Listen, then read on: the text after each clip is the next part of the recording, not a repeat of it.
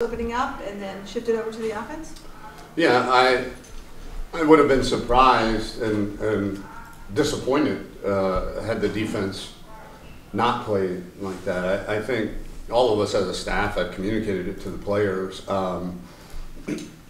We played good enough defense in 7 out of our 8 conference games, you know, that a capable offense should have been able to win those games.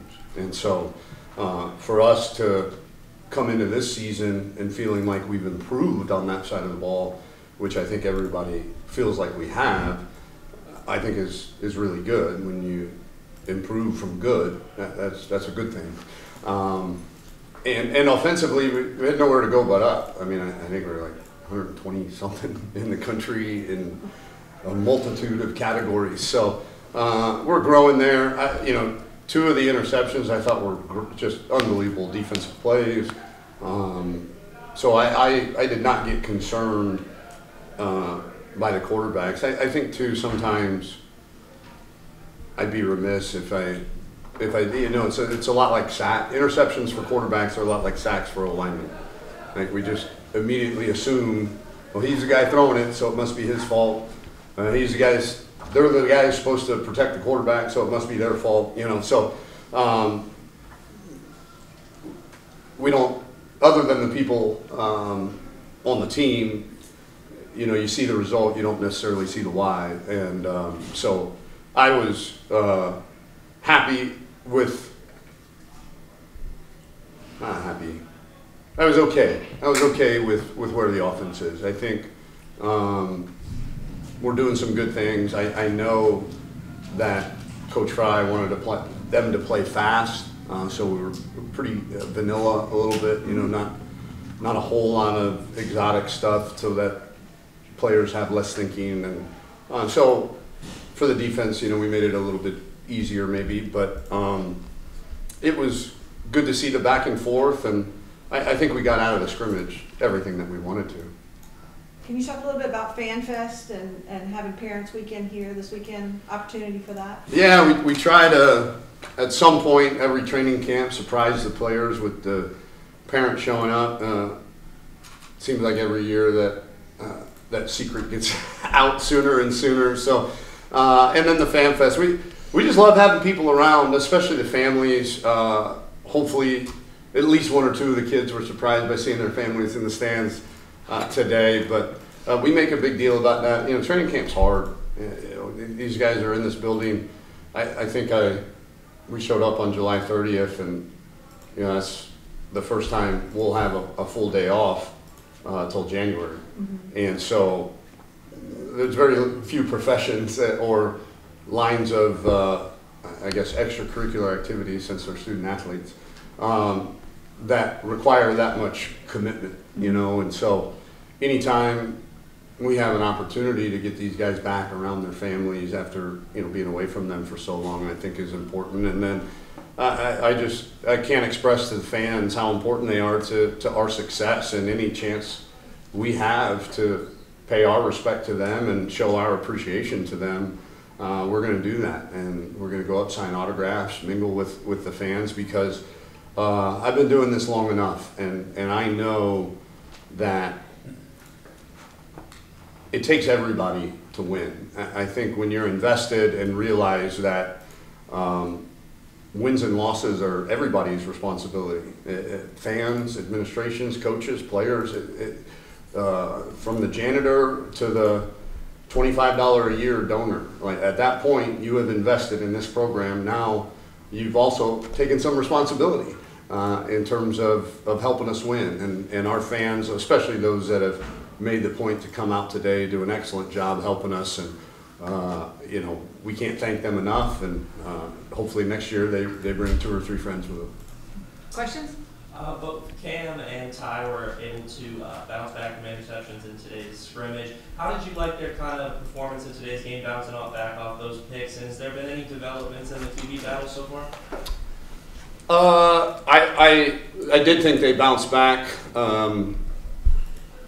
At that position, you've got to have a very short memory, good and bad. And as I said, when you throw the ball to the right place and a bad thing happens, you kind of, it's a lot easier to move on than when you do something boneheaded or whatever. So there's a bit of a difference there psychologically too. So those guys did a really good job coming back.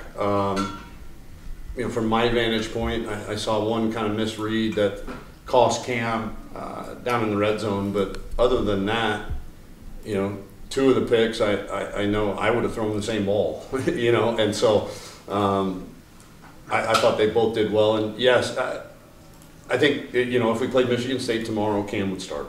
But I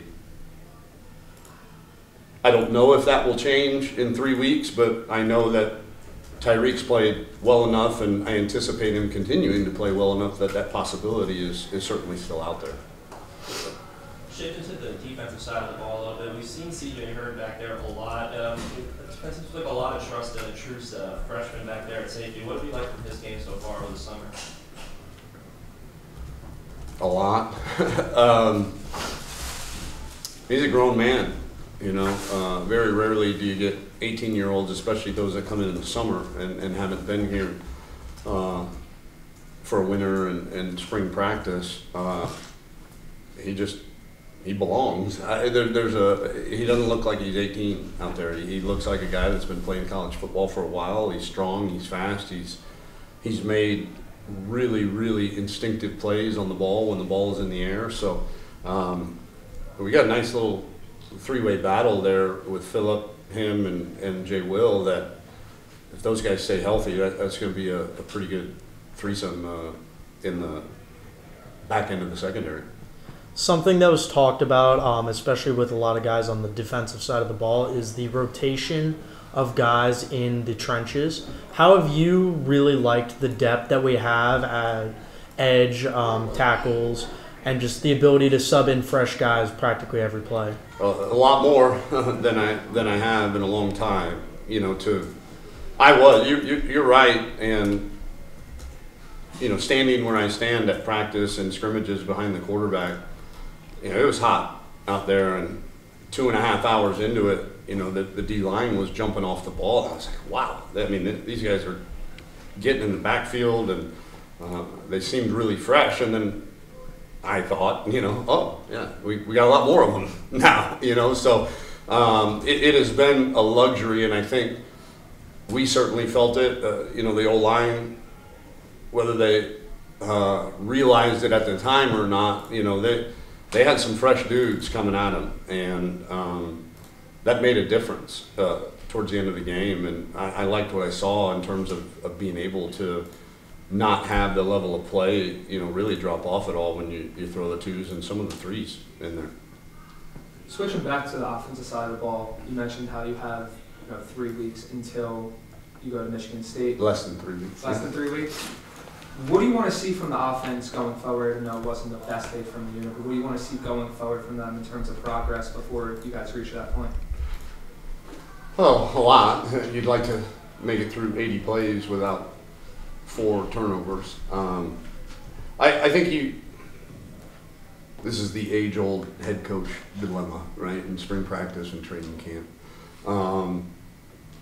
We're going to practice against a really good defense every day, and we can't let the downs of a practice or a scrimmage affect the ups. You know, we're going to make our plays against those guys too. But if we dwell on the times that we don't, then we're not even going to have the ones that we do.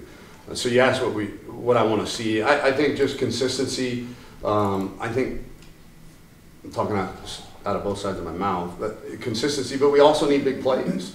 You know, I don't know. You know, we had one big play to EJ called back, couple other 15-yard passes, couple 8-yard runs, but we need some big plays. It's hard to go 12, 14 play drives up and down the field on a regular basis. So I think, you know, protecting the football, which I'm always concerned about, but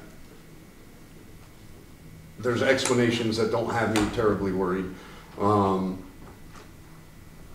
Consistency, and then somebody on the perimeter has got to make some contested, you know, big plays.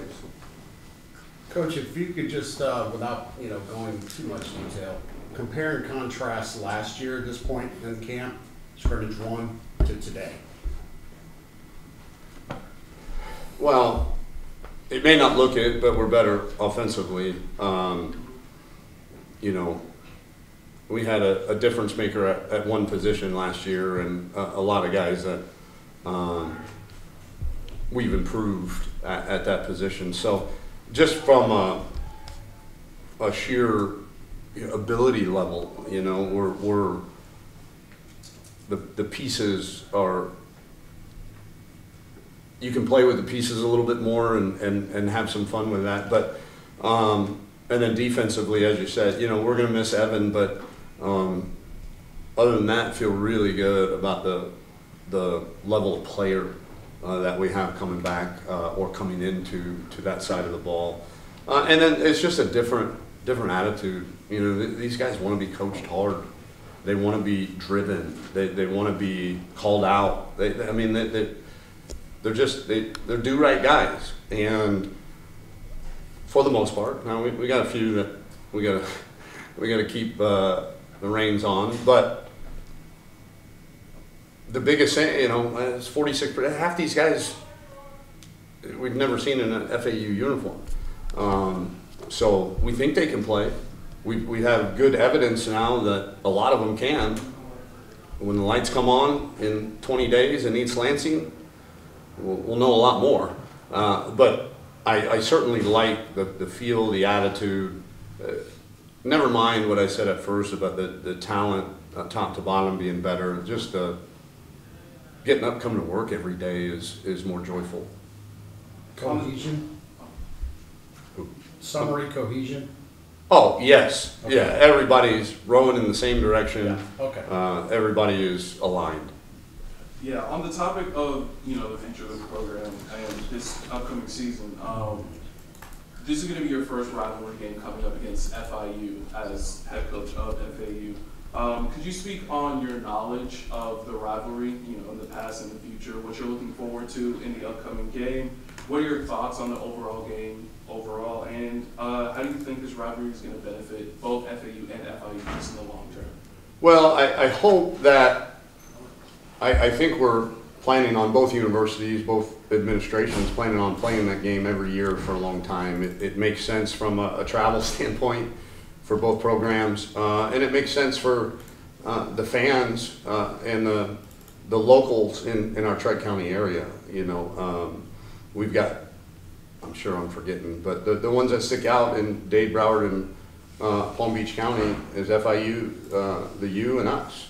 And anytime you have a chance to play a team that's right down the road from you, a team that you battle against in recruiting, a team that hopefully our entire university battles them for admissions. We want to get a better chemistry student than FIU, I hope. We want to get a better trombonist in the marching band than FIU. Hopefully, that rivalry goes a lot deeper than athletics. But like I said, proximity breeds contempt. I know familiarity, I think, is the right way to say that phrase. But them being so close, it's natural for us to dislike each other because we're fighting over the same things. For the most part, we're fighting for the fans of the general college football fan in the Tri-County area, and we're fighting for recruits, and we're fighting now for wins on Saturday. And to have the trophy named after Don Shula and, one of, if not the greatest football coaches to walk the planet, it's pretty special. All right, thank you. Thanks, guys.